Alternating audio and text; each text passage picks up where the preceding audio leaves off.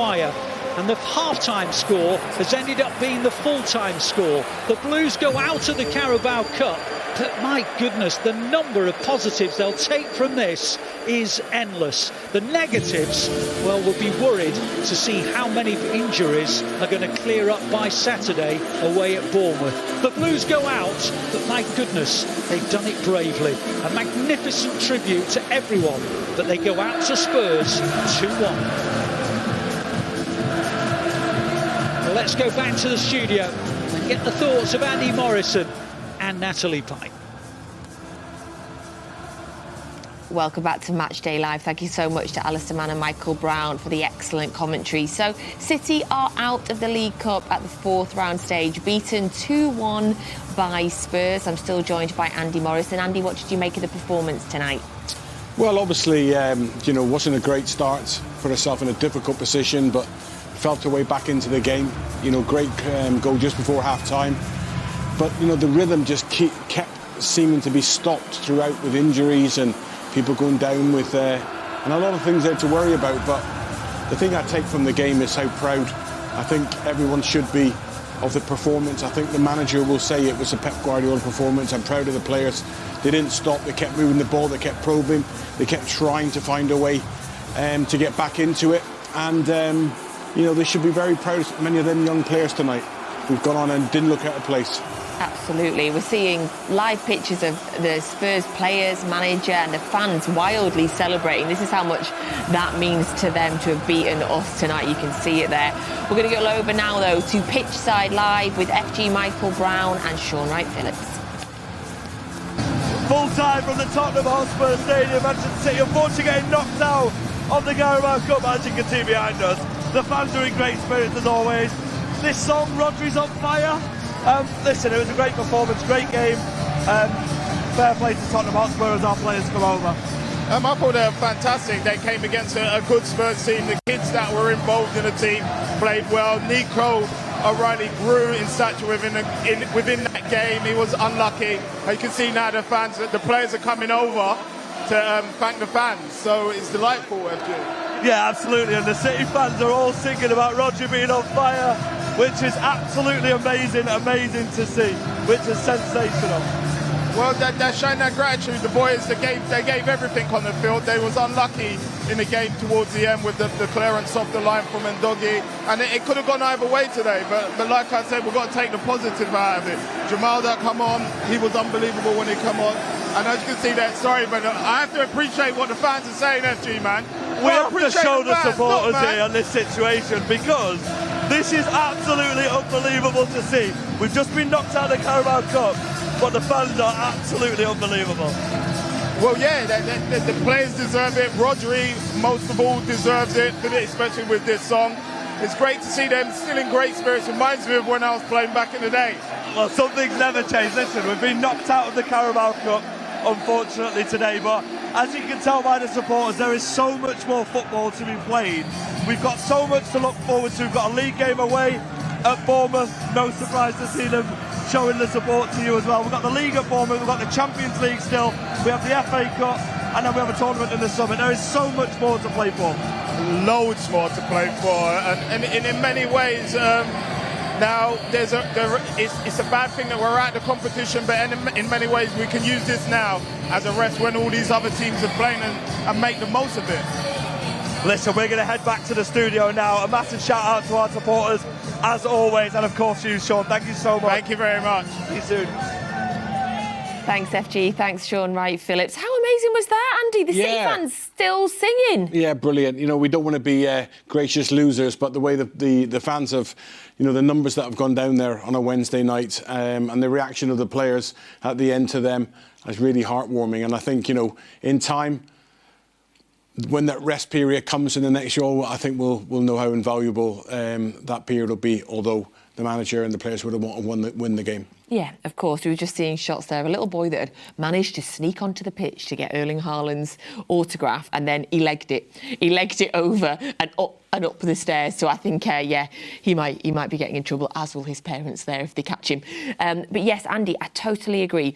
Did I want to win the game tonight? Of course I did. I 100% wanted to win the game. I want to win every single game. I wanted to win the League Cup. Again, I love the March trip to Wembley. I wanted to win it. Am I particularly sad that we didn't? Honestly, I'm not, Andy, because of the fixture pile-up and because of the amount of injuries. Yeah, I think the reality is hitting home of the depth of the squad, and where every single of those youngsters today that have come in look as though but you can't have 3-4 and expect to really challenge 3, 4, 5 of them starting. You maybe one, maybe two comes in amongst all that, but at the end, they kept going, kept working. It just didn't quite fall in them final moments. But I think the manager will know that when we go into that period, if we've got to call on one of these young players, they'll be okay. Yeah, in terms of that fixture pile-up, if you were wondering, so the 15th of December we play Manchester United here, that's a Sunday at 4:30. On the Saturday following that, the 21st, we play Aston Villa away on the 12:30 kickoff, and the League Cup game is played that midweek, either on the Tuesday or the Wednesday. So it would have been a very busy week, and then obviously we go into the Christmas period with lots of games as well. In terms of those youngsters, though, I think it's fair that we give them their flowers, give them a bit of a focus here, Andy, because at the end of the game, we were playing Jemai Simpson-Pusey for his debut today. He's 18 years old. Who did everything perfect, by the way. Okay. Everything, even the smaller detail when I'm watching him as a centre-half, the line, the way he caught them offside a couple of times when they were in dangerous positions, but really clever in his mind to be so young. He was comfy in possession of the ball, he got into good areas, he defended well, so he can be really, really pleased with that 20-minute cameo he had.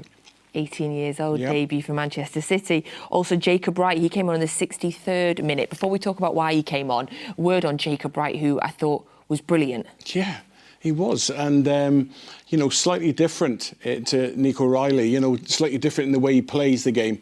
Looks more of a Rodri stature, links up play, keeps the ball moving. But he got himself into some really good advanced positions and really unfortunate. I could see the desire in him to bring something to the game, and it just an inch past the post. But yeah, he'll be delighted as well. I mean, I've seen him a couple of times already, and I've seen what he can bring. And then again tonight, he looked really comfy in there. He scores regularly for the EDS as well. You could tell that he's got... From midfield, Yes, he's got a shot on him. Of course, Nico Riley, who started, who we mentioned, James McAtee, who started and played the full game, Rico Lewis, who started and played the full game. So I feel like a positive from this is the performance from every single one of those players that have graduated from the EDS and from the academy. Yeah, 100%. And, until we find out the extent of them little injuries or knocks, so we don't know what they are, but to get stretchered off, it's really unfortunate in Akanji before the game. But we're going to have to use them. But what we do know now is that any single one put into the, a strong 11 will more than hold their own.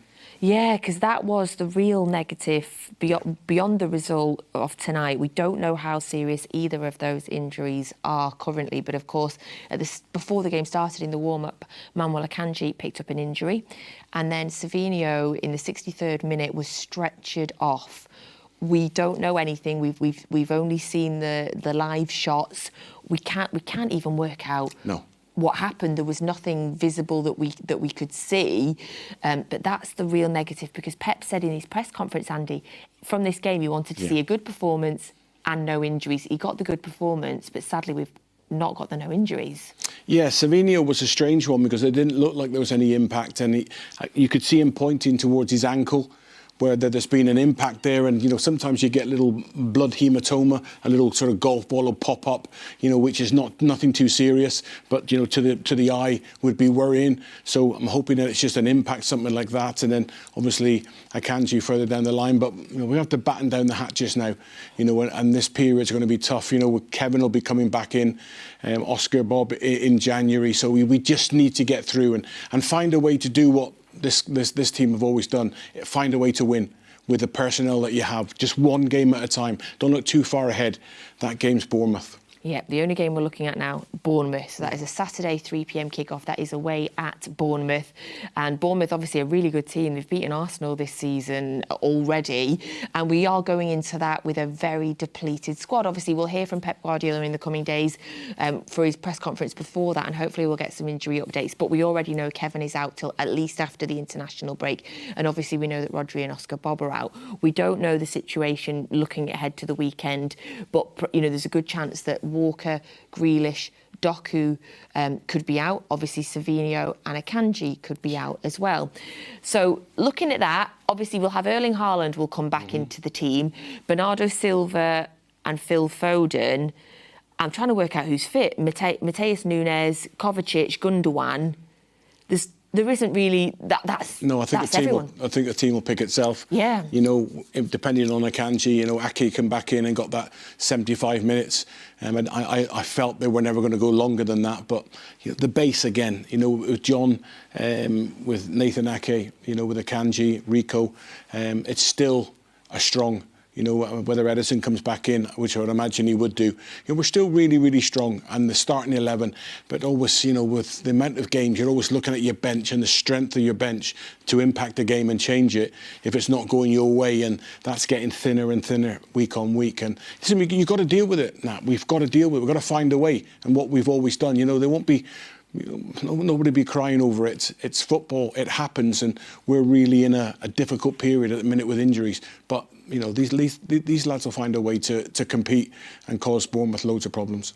And like you say, if we do need to call on some of the young players that played tonight to get on the bench, we know how well they did tonight. It'll be interesting to see how they juggle that, because I think the EDS have a game on Friday night, so that'll be interesting. I've been cursing the international breaks. Next week, well, obviously we played Bournemouth and we're going to a 2-week international break. The third one of the season, and we've only played like 10 Premier League games. I've been cursing them, Andy. Now I'm actually feeling a little bit relieved that we might have an international break here where a lot of players might get a chance to recover. Yeah, I mean, listen, such is the quality of the squad. Most of them will be called up, but whether they have to take a rest or whether they play, or I'm sure that'll be managed between managers at international level and Pep in relation to where players are at. He won't want any of them playing. He wants them to rest as much as they can. But again, the demands are incredible, as you've just alluded to. The third international window. And we're just coming, into November. We're asking so much of human beings and putting them under massive strain. And I think you're beginning to see the byproduct of that is these injuries that are amounting, and not just at City. It seems across the board. But we are really in a difficult period. So one game to go, as we say, Bournemouth on Saturday. Bournemouth are, in terms of sitting in the table, Andy, they've won 3 games, they've drawn 3 games, and they've lost 3 games as it stands. They're sitting in 11th, but of course 2 games ago they had that big home win against Arsenal. Last week they had a draw away at Aston Villa. They are a good, solid Premier League team that can pull big results. Yeah, definitely. I mean, I thought they were, although the sending off obviously impacted the game against Arsenal, but they were more than, they more than held their own up until that point. And obviously down there, it's such a difficult place. It's one of the old stadiums. The atmosphere is right on top of you. They create an unbelievable energy in there, the fans, and it's always been a place that we've managed to get results, but you've not gone down there and run all over them, and it's going to be a tough ask. I'm very excited. Yeah. It's one of the Premier League, well, one of the 92 that I've not been at, so it's one that we're going to be ticking off. I'm going to be there for Matchday Live, of course, on Saturday. You can join us on Matchday Live from 1:45. Chris Latcham's here in the studio, along with David James and Keith Curl, and of course Michael Brown gets everywhere. The man just travels the country constantly. He'll be with me down in Bournemouth as well, so you can join us from 1:45 UK time on Saturday as well for that game. Lots of other stuff coming up, and of course lots and lots of things going on City Plus. If you don't already subscribe, I highly recommend the quality documentaries, and the amount of live games you get on there as well is absolutely incredible. So the EDS do play on Friday night. They're taking on Norwich. That is a 7 p.m. kickoff. I wonder how many of them will be in a car down to Bournemouth. Maybe the under-16s are getting a shout. Yeah. City. We might be looking down to that as well, yes. And then on Saturday as well, before the Bournemouth game, the under-18s are taking on Liverpool. That's an 11:30 kick-off. See, if you get City Plus, your day's sorted. You watch the under-18s, and then, of course, you'll get the full commentary of the men's at 3 o'clock as well. And then on Saturday, so it's 5 to 2 we start on Saturday, sorry, slightly later time because of the under-18 games. You'll get Matchday Live as well then on Saturday. So lots and lots going on. And of course, you can fill your weekend with all of the incredible documentaries that are available on City Plus as well. Thank you so much for being here tonight, Andy. Really enjoyed your company as always. Thank you very much. Thanks, really enjoyed it. And thank you all for joining us on Matchday Live. It wasn't to be tonight, it wasn't to be. Fourth round of the League Cup. Congratulations to Tottenham Hotspur. It wasn't to be, but do you know what? We've had an unbelievable week. We've had an unbelievable week. I am still smiling. If you're wondering why I'm smiling after a defeat, it's because I've just remembered that Rodri won the Ballon d'Or. So continue to smile, Blues, and we'll be back on Saturday. The Ballon d'Or, France football is... Rodri! Vamos! He can just do things other players can't. Rodri doing what he does so well. It's kind of a balance between both defensive and offensive. I always wanted to play that position. You speak to the players who play with him and they are just saying he is the best holding midfielder in the world right now. Lost for words, he can do everything. I don't see a weakness to his game. Rodri pops in the ball. It's a great ball from Rodri. Manchester City have won the UEFA Super Cup. Rodri in to steal it back. How many times do you see him do that, Rodri? Rodri is the most important player in the Premier League for any team. Oh, that is beautiful. He just mazed his way into the edge of the penalty area. He didn't smack it, he caressed it. The best team in the land and all the world. He has a habit of scoring precious goals for the club, and he may well have scored yet another one.